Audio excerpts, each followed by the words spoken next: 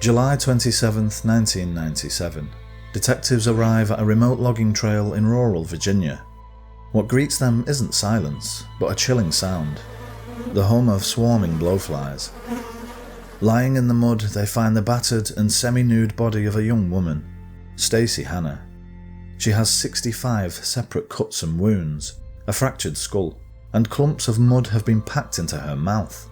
And on her thigh, one word has been carved into her skin with a box cutter: liar. This was no ordinary murder. It was prolonged, brutal, and personal, and it would unfold into one of the most shocking and unusual crimes in the state's history. But what would drive someone to end her life in such a grisly and inhumane way?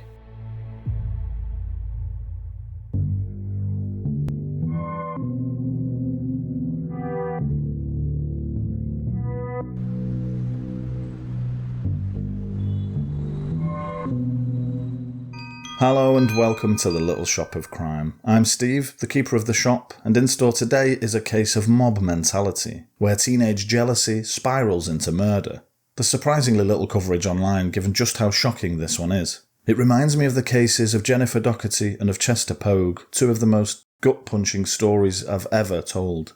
Okay, let's find out exactly what happened to Stacey Hanna. July 4th, 1997, Independence Day. What better time for 18-year-old Stacey Hanna to begin the new chapter of her life? Because that's exactly what she wanted: freedom and independence. It was on this day that Stacy arrived in the city of Richmond, her new home. The truth is, she'd only been there to help a friend move, but she instantly fell in love with the place. As a young gay woman in the late 90s, it offered a kind of freedom she hadn't known in her home city of Lynchburg. In Richmond, neighbourhoods like Carytown had become havens for young queer people, and Stacy slotted in perfectly. Before long, she'd begun a waitressing job on the riverboat Annabelle Lee, a popular floating restaurant that cruised the James River, and she quickly began making new friends. This came naturally to her. Those who knew Stacy describe her as kind-hearted, generous, and filled with southern charm, someone who made friends really easily. But at just 18, she was still figuring herself out. She felt things deeply, grew attached easily, something that would soon prove to be deadly. Before long, Stacy was introduced to a tight-knit group of young women living in a run-down townhouse on Belmont Avenue, in a trendy, lively part of the city, and when she was offered a spare room there, she jumped at the chance to move in. One of her new roommates was Kelley Tibbs, who went by the name Turtle, a name given to her by a Native American who told her she shares her soul with the sea creature. Turtle was also 18, but she carried herself with the kind of confidence that made her seem much older. She was very much a leader within her circle of friends, someone they all looked up to. Turtle and Stacy hit it off immediately. There was flirting, and a definite mutual attraction. One regular face at the Belmont house was Tracy Bitner, Turtle's long-time on-again, off-again girlfriend. By the time Stacy arrived on the scene, it was off again. Tracy was a year older than the other girls, and apparently she had a bit of an intimidating presence. She was volatile and impulsive with a short fuse. Another frequent guest at the house was 18-year-old Stephanie Cull. She'd been openly gay since high school. I'm sure that took guts in the 90s. She was diagnosed with rheumatoid arthritis at just 2 years old. Stephanie was registered disabled. When her arthritis was really bad, she was confined to a wheelchair. And finally, we meet Domica Winckler, also 18. Domica lived around the corner, and she was the only straight one in Stacy's growing circle of new friends. She was described as a spitfire with a lot of spunk. She was a tough cookie. If she didn't like you, you knew about it. The house was a true 90s party pad, and the young women were all well known on Richmond's burgeoning gay scene. They came to be known as the girls of Belmont Avenue, and Stacey Hanna was now one of them. She was the happiest she'd ever been. As someone who'd never been able to open up about her sexuality before, Stacy had grown so desperate to fit in, to belong somewhere. But after just a few short weeks, Stacy began to ruffle a few feathers. Before long, she and Turtle began seeing each other. It was Stacy's first lesbian relationship, her first love really, and she fell hard. But to Turtle, it was just a casual fling. The truth is, she was still in love with her ex, Tracy Bitner, and Tracy, in her own chaotic way, still loved her back. Some of the girls even speculated Turtle was just using Stacy to make Tracy jealous. Teenagers and their games. It didn't last long, maybe a week or two, but when Turtle moved on quickly, Stacy didn't. She was heartbroken, still infatuated, and living under the same roof really didn't help. It created serious friction in the house. There was a classic love triangle. You had Stacy jealous of Tracy, Tracy jealous of Stacy, and both of them still wrapped up in Turtle. That tension started spilling over. There were rumours, shifting alliances, even accusations of theft. The others could see that Stacy was obsessed, and they were growing tired of it. In a moment of desperation, Stacy tried to drive a wedge between them. She told Turtle that Tracy was happy with a new girlfriend, that she didn't love her, that she'd only ever used her to avoid paying rent. None of this was true. Turtle, of course, went straight to Tracy, and when she found out it was all a lie, she was livid.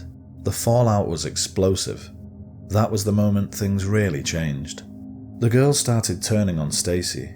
Police had to break up a physical fight on July 24th, when Turtle and Domica reportedly confronted her. They all seemed to make up afterwards, or at least that's what Stacy thought. But behind her back, things were brewing. They'd started calling it the Stacy problem, and they'd decided it needed fixing. The girls devised a plan to lure Stacy to a park and, quote, beat her ass and teach her a lesson.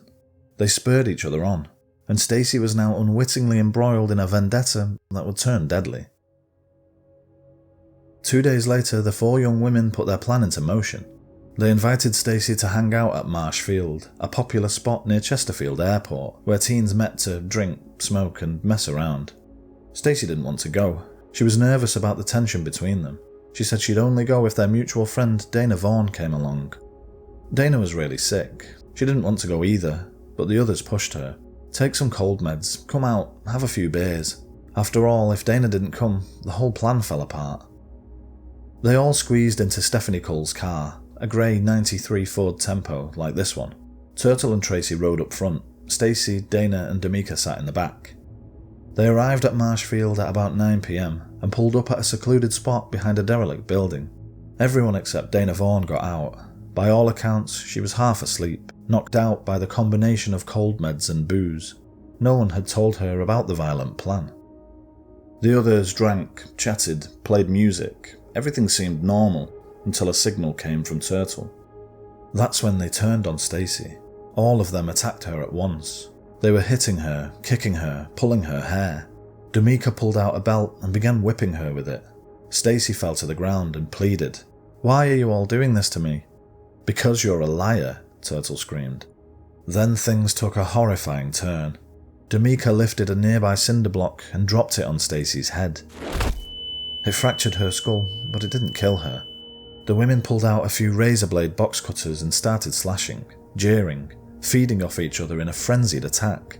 One of the gang carved the word liar into Stacy's thigh in big letters. Stephanie Cull mostly just watched. Her arthritis prevented her from joining in. At one point she returned to the car and turned on the headlights for a better view. Dana was still half conscious in the back seat, but she vaguely recalls seeing Stacy's back covered in blood.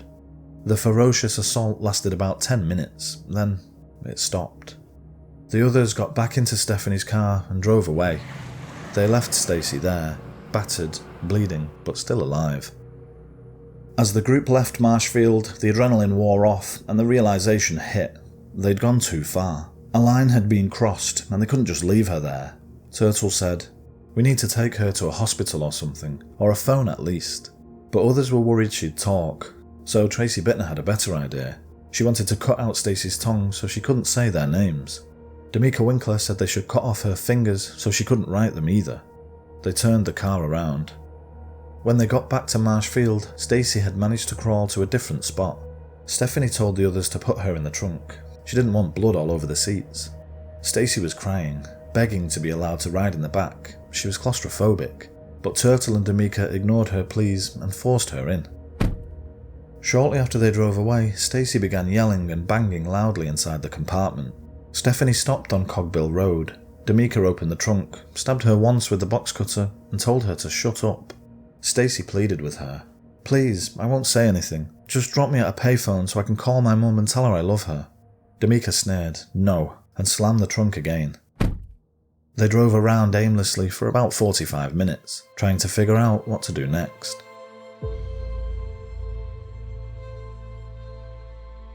They eventually stopped at a remote logging trail off Nash Road, about 15 miles south of Richmond. All the women except Dana got out and opened the trunk. By this time, Stacy was weak and bleeding really badly. Domica demanded her rings and watch. Stacy gave her everything, but asked to keep one ring. It meant a lot to her. Domica took that one too, and spat on her. They dragged Stacy out of the trunk and down a muddy dirt road, about 100 yards. She screamed the whole way, begged for her life, begged for her mother. They stopped by a large puddle of mud and ripped off her clothes, leaving her in just her underwear. This time, Stephanie Cull was the first to attack. She struck Stacy on the back with a box cutter. Stacy fell face first into the muddy water. The group then began kicking, stabbing and slashing her.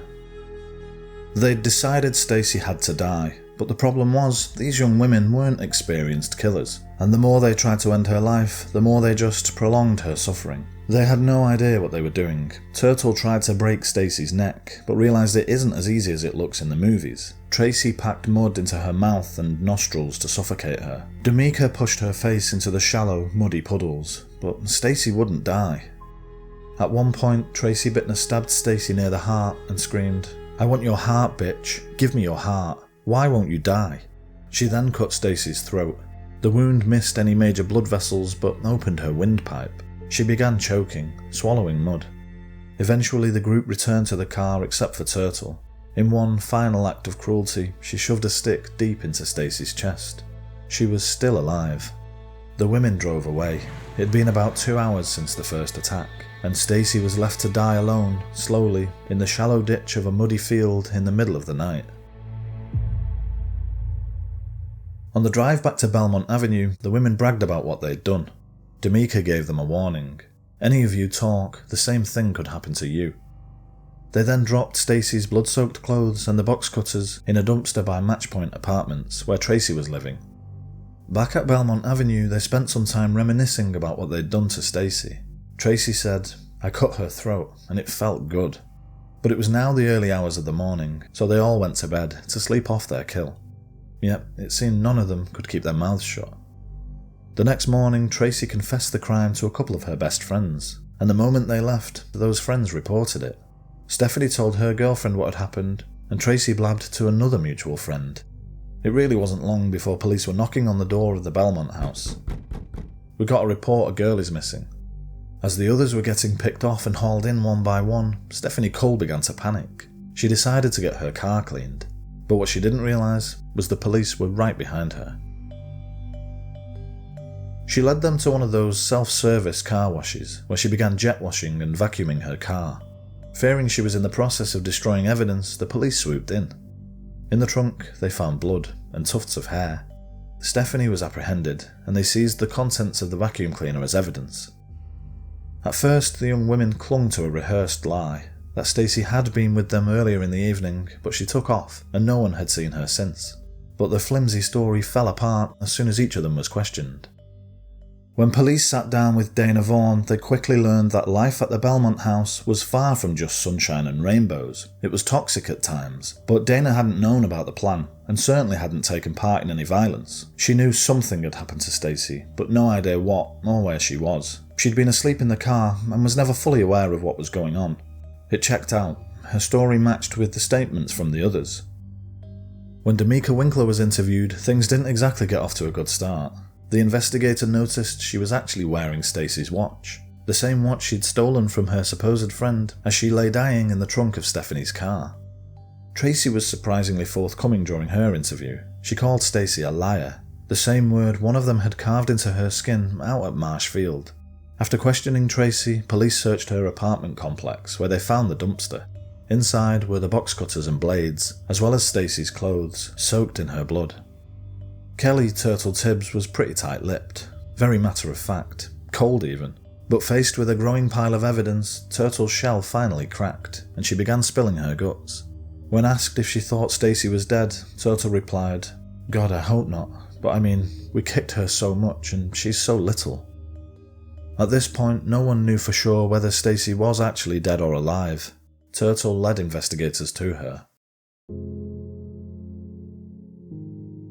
At Marshfield, detectives recovered 2 of Stacy's rings, the blood-spattered cinder block, and clumps of hair torn from her head. Off Nash Road, they found her partially clothed body. She was lying on her side, hands tucked beneath her head like a pillow. Her nose was broken, her eyes blackened. Cuts and bruises covered nearly every inch of her body. It was a scene of brutality that would haunt even hardened investigators. Stacy's forensic pathologist had never seen anything quite like the litany of injuries inflicted on her. She catalogued at least 65 separate cuts. 2 ran 14 inches, stretching from Stacy's shoulders down to her lower back. There were deep gashes across her neck, one more than 5 inches long, and defensive wounds slashed across her palms. It was surprising that she'd even survived the skull fracture. Stacy's organs were very pale, a sign she'd lost a significant amount of blood, but even that wasn't what killed her. Large amounts of sand and muddy water were found in her lungs and airways.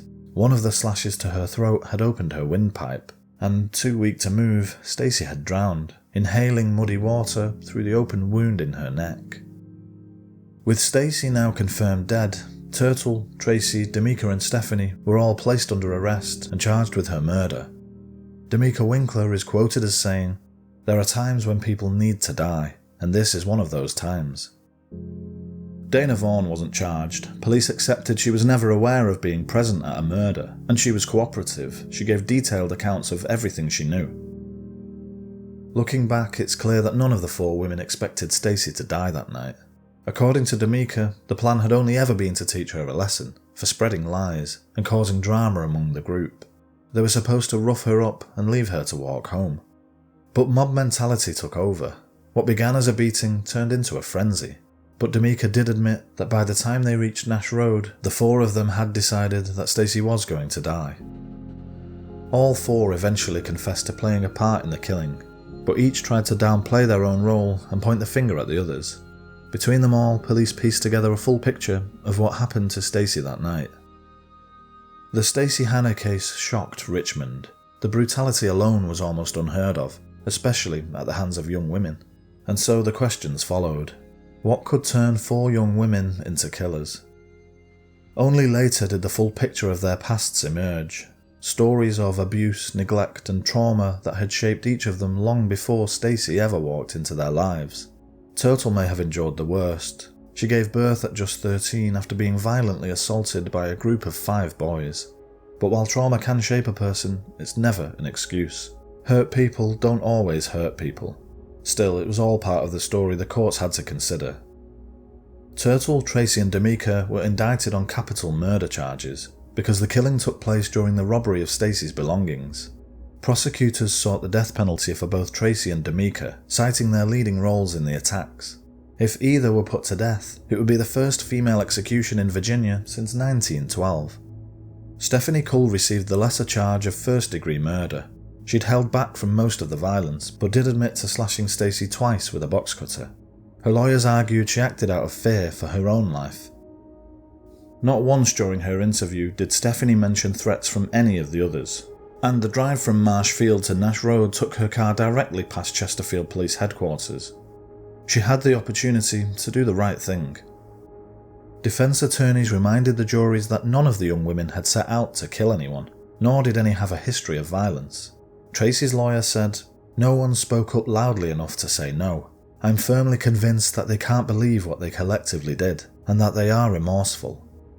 After everything that had happened between Turtle and Tracy, their twisted bond unravelled completely in court, with each taking the stand against the other to save herself.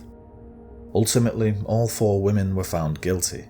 Kelley, Turtle, Tibbs and Tracy Bitner were each gifted a life sentence without the possibility of parole. Stephanie Cull was sentenced to 20 years behind bars. But it was Domica Winckler, the one who threw the cinder block, who received the harshest sentence. The jury recommended she be put to death. Her attorney expressed disbelief that the difference between Domica living or being executed came down to something as trivial as Stacy's stolen watch.